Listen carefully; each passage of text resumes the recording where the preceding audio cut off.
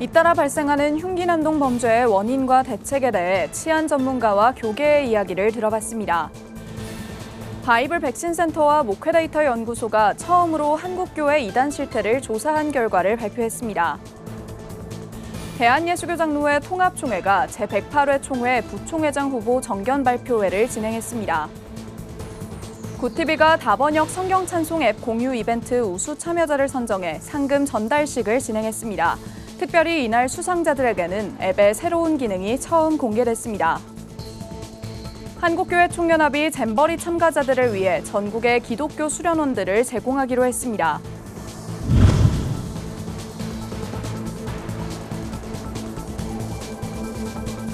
시청자 여러분 안녕하십니까? 굿TV 뉴스입니다. 최근 전국적으로 일어나고 있는 흉기 난동 사건에 시민들의 불안이 커지고 있습니다. 아무도 예상하지 못한 상황과 장소에서 불특정 다수를 상대로 흉기를 휘두르기 때문인데요.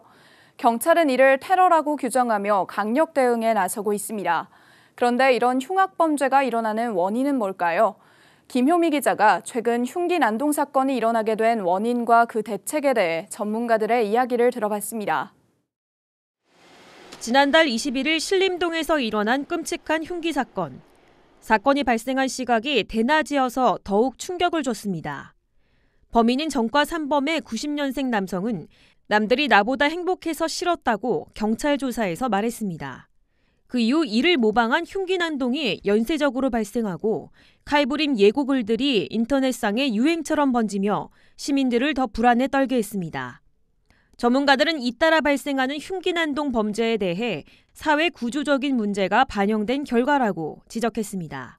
자기 또래가 자기보다 행복하게 사는 게 기분 나빴다는 거 아니에요. 그럼 답이 나오잖아요. 어떻게 우리 사회가 어떻게 가야 되는지를 있는 사람도 좀 남들한테 베풀 수도 있어야 되고 총체적으로 사회 구조적으로 문제가 있다는 것을 은연중에 보여주고 있잖아요. 최은결 교수는 성공지향적인 삶안을 강조하는 사회 속에서 베품을 가르치는 것이 근본적인 해결책이라고 제시했습니다. 또 최 교수는 다시 예전처럼 도보순찰 제도가 부활하는 것이 범죄 예방의 핵심이라고 말했습니다. 도보순찰을 많이 해야 되거든요. 미국같이 도보순찰이 다 없어져 버렸어요. 일일이 신고하면 출동하는 체제로 바꿔버렸잖아요. 범죄자 잡는 데만 관심 있지 일단 예방하는 데 대해서는 관심들이 없어요. 또 하나는 정신적으로 문제가 있는 사람들은 개인이 치료를 못하잖아요. 그럼 국가가 좀 잘 관리해서. 교계 입장은 어떨까? 차별금지법 반대운동 등 사회 문제에 앞장서고 있는 기런평 한동대 석좌 교수 또한 타인을 돌아보지 않고 과도한 경쟁 속에서 성공만을 중요하게 생각하는 교육제도 등을 원인으로 꼽았습니다.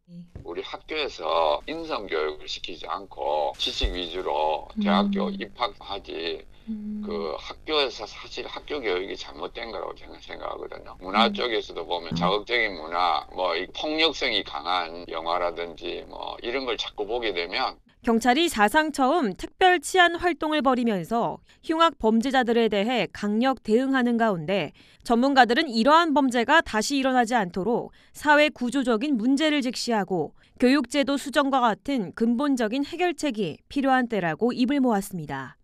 굿TV 뉴스 김효미였습니다. 우리 주위의 이단과 사이비는 한국교회뿐만 아니라 사회적으로도 큰 무리를 일으키고 있습니다. 그럼에도 워낙 우후죽순 생겨나고 또 그 규모가 정확히 밝혀져 있지 않기 때문에 파악이 쉽지 않은 게 현실인데요. 이에 바이블 백신센터와 목회데이터 연구소가 처음으로 한국교회 이단 실태조사에 나섰습니다. 양 기관은 결과 발표와 함께 한국교회의 대응 방법도 제시했습니다. 장현우 기자가 보도합니다. 이단을 권유받은 사람 3명 중 1명은 이단 모임에 참석한 경험이 있다는 통계가 나왔습니다. 한국교회 이단 실태 조사 결과 이 같은 내용이 드러났습니다.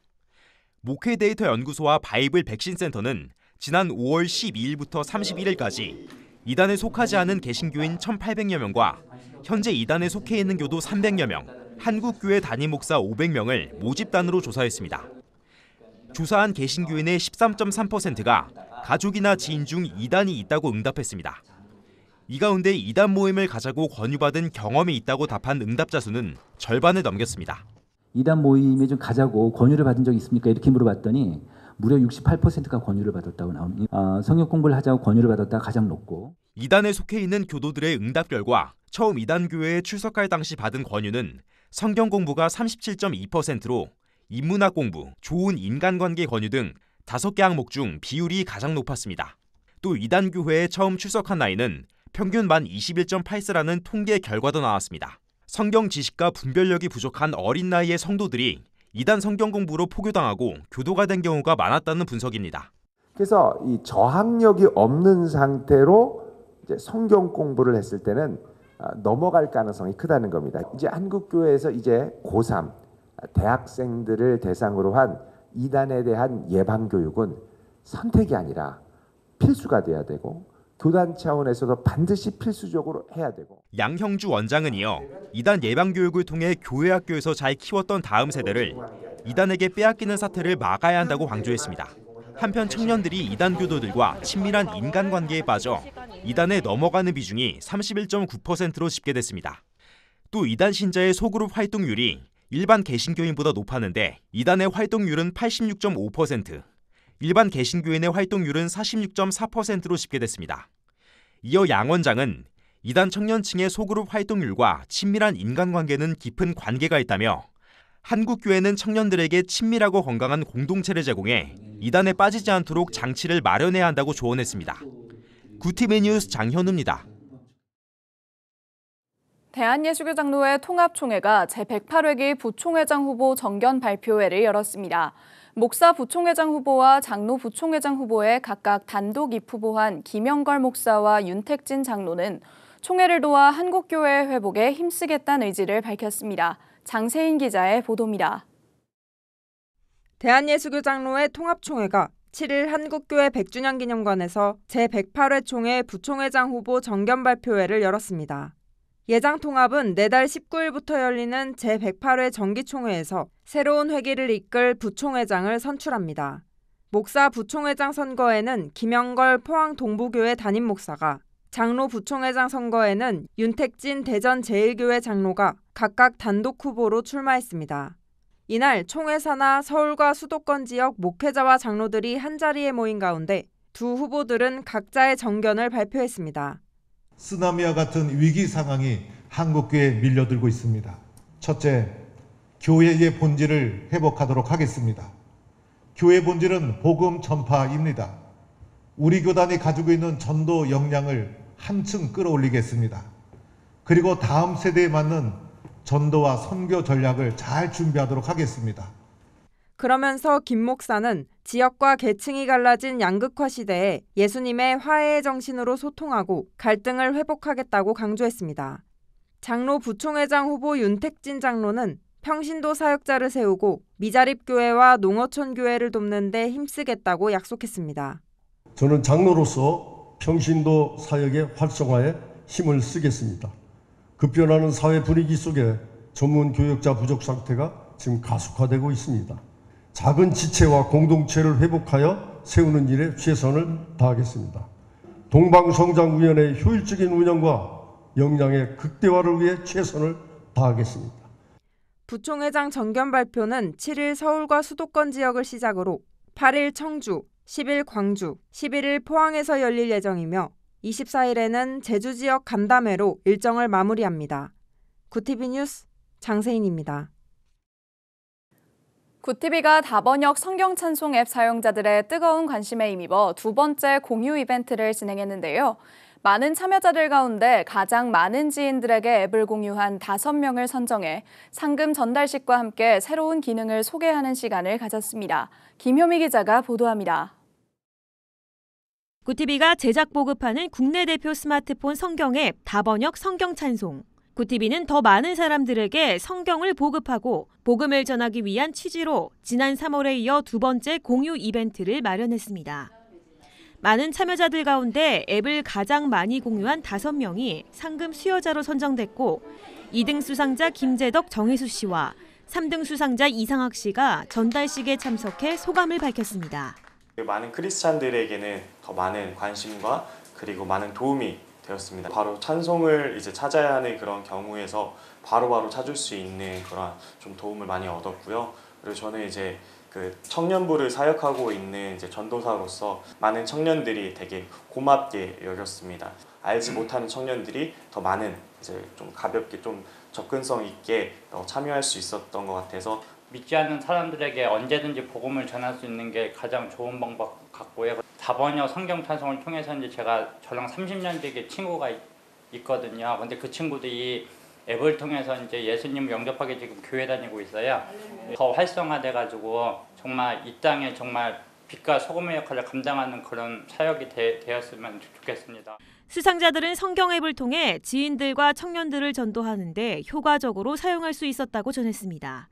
그러면서 더 많은 사람들에게 선물하고 싶다는 바람도 내비쳤습니다.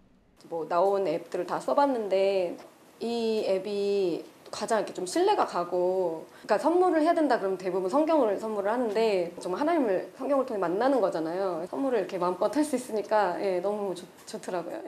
출시 이후 누적 다운로드 500만 회에 육박하고 구글 플레이 스토어 기준 국내 성경 앱 가운데 부동의 1위를 지키고 있는 다번역 성경 찬송 앱에 새로운 기능도 추가됩니다. 굿TV는 이날 수상자들을 대상으로 성경 낭독 녹음 서비스 기능을 선보이며 사용자들의 기대감을 높였습니다. 성경 낭독 녹음 서비스는 내 목소리로 성경 구절을 녹음해 성경을 만들고 공유도 할 수 있는 기능입니다.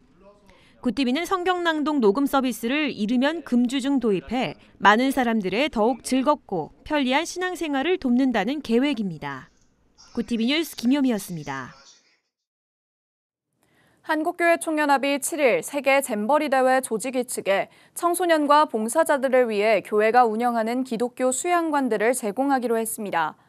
기독교 대한감리회는 충청권 시설 6곳과 수도권 4곳을 우선 추렸으며 여의도 순복음교회도 파주 영산 청소년 수련원을 비롯해 오산리 최자실 국제금식기도원, 안성시에 위치한 노인복지센터 안성 크리스찬 휴빌리지 등을 제공하기로 했습니다.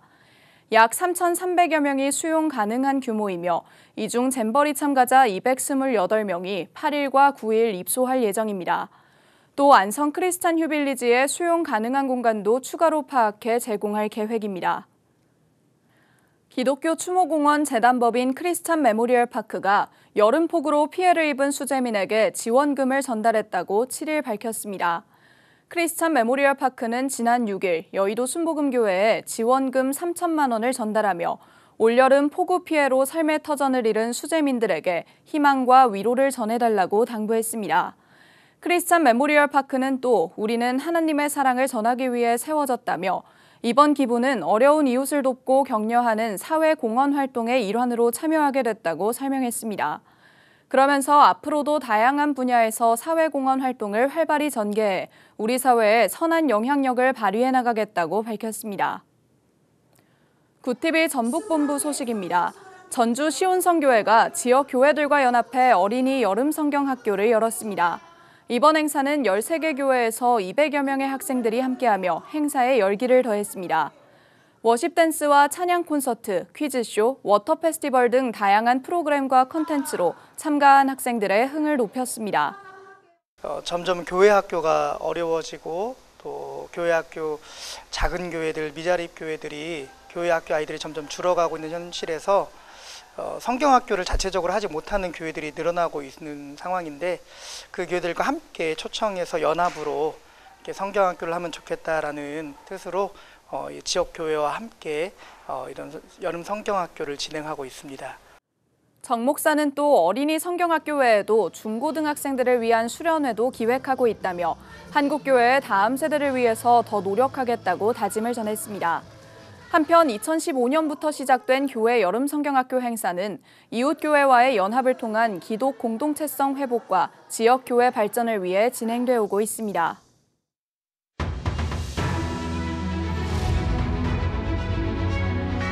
오늘의 이슈 포커스입니다. 제6호 태풍 카눈이 10일 오전 중 강한 세력을 유지하며 경남 남해안을 상륙한 뒤 한반도를 관통할 것으로 예상됐습니다. 7일 오전 9시 일본 오키나와 해상을 지난 카눈은 10일 오전 9시 부산 남서쪽 90km 해상에 이를 전망입니다. 부산 남서쪽 해상에 이르렀을 때도 카눈의 강도는 기차를 탈선시킬 수 있는 강으로 예상됩니다. 10일 오전 남해안에 상륙한 카누는 북서진을 거듭해 한반도를 관통하겠고 이에 전국이 강풍 반경에 들 예정입니다. 카누는 11일 오전 9시 함흥 남서쪽 40km 지점까지 북상하고 12일 오전 9시 한반도를 넘어 중국 동북부에 이르게 될 예정입니다. 특히 강원 영동을 비롯한 동해안과 제주 등은 많게는 200mm 이상 비가 예상되고 있습니다. 태풍이 한반도에 북상할 것으로 관측되면서 2023 새만금 세계 스카우트 잼버리 참가자 전원이 영지를 떠나게 됐습니다. 7일 세계 스카우트 연맹은 홈페이지를 통해 오늘 오전 대한민국 정부로부터 태풍 카눈의 영향이 예상됨에 따라 세계 잼버리의 모든 참가자가 새만금 캠프장에서 조기 철수할 계획이라고 확인받았다고 공지했습니다. 이날 여성가족부는 새만금에 체류 중인 스카우트 대원 전원을 서울과 수도권 등 다른 지역으로 이동할 계획이라고 밝히며 현재 이동 지역 등을 선정하고 있는 중이라고 설명했습니다. 이에 따라 오는 11일 전주 월드컵 경기장에서 열릴 예정이었던 K-팝 콘서트 장소도 변경될 것으로 보입니다. 지난달 21일 신림동 흉기난동 사건 이후 온라인에 살인 예고글을 썼다가 붙잡힌 피의자 절반 이상이 미성년자인 것으로 나타났습니다. 경찰청 국가수사본부 관계자는 7일 기자간담회에서 오늘 오전 7시까지 살인 예고글 187건을 확인해 59명을 검거하고 3명을 구속했다고 말했습니다. 검거된 피의자 가운데 57.6%인 34명이 10대 청소년으로 집계됐습니다. 살인 예고글이 온라인에 확산되면서 촉법소년까지 무분별하게 따라하다가 경찰에 적발된 것으로 보입니다. 경찰은 살인 예고글 작성자가 구체적인 범행을 준비한 사실이 확인된 경우에는 살인 예비 혐의를 적용해 엄벌하겠다는 입장도 재확인했습니다. 최근 누락이 드러난 15개 공공아파트 단지 관련 업체들에 대한 경찰 수사가 본격화됐습니다. 경찰청 국가수사본부 관계자는 7일 LH로부터 총 15개 단지 74개 업체에 대한 수사 의뢰를 접수해 관할 시도경찰청에 배당할 예정이라고 밝혔습니다. 이들 업체는 무량판 구조 설계 오류와 시공 누락, 부실감리 등으로 건설기술진흥법과 주택법, 건축법 등을 위반한 것으로 전해집니다. 또 상당수는 입찰 심사 등의 과정에 정관 특혜가 있었다는 의혹도 있습니다. 경찰은 LH 지역본부에서 증빙 자료를 제출받아 내사를 실시할 예정이며 정관 특혜 의혹도 들여다볼 방침입니다. 굿TV 뉴스 김혜인입니다.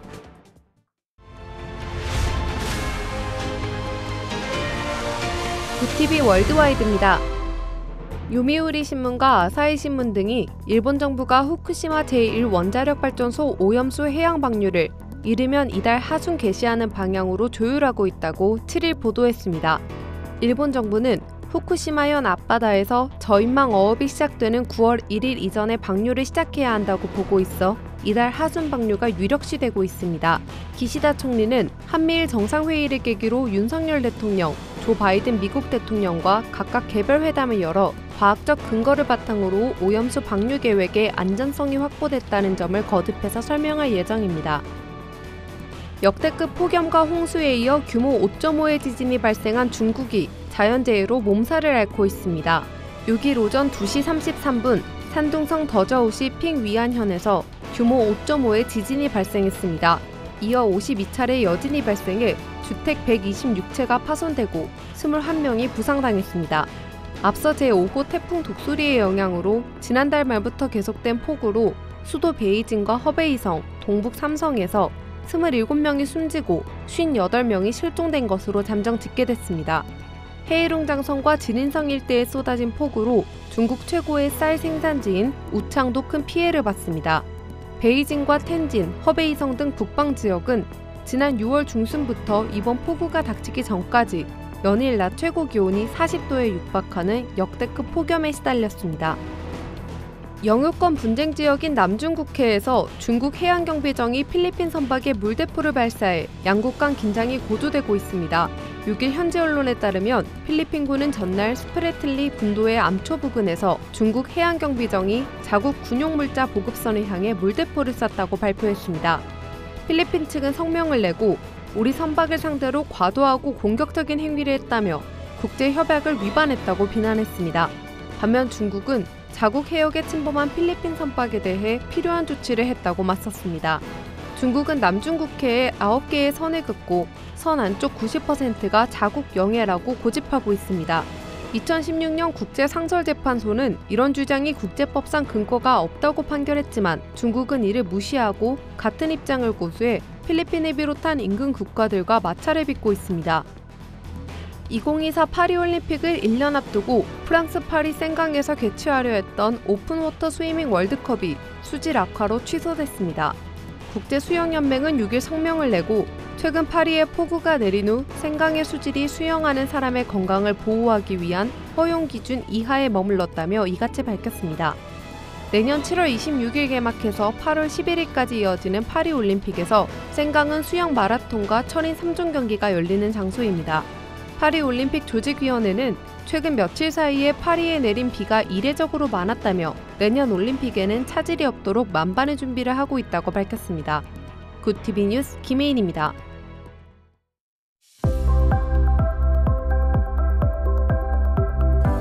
입추인 내일 내륙을 중심으로 찜통더위가 이어지겠습니다. 특히 서쪽 지역을 중심으로는 체감온도가 35도 이상으로 올라가며 매우 무덥겠습니다.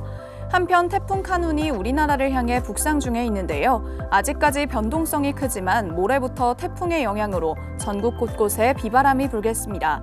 피해 없도록 철저히 대비해 주시기 바랍니다.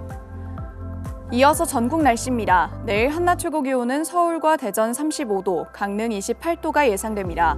남부지방의 경우 광주 37도, 대구와 부산은 34도를 보이겠습니다. 날씨였습니다.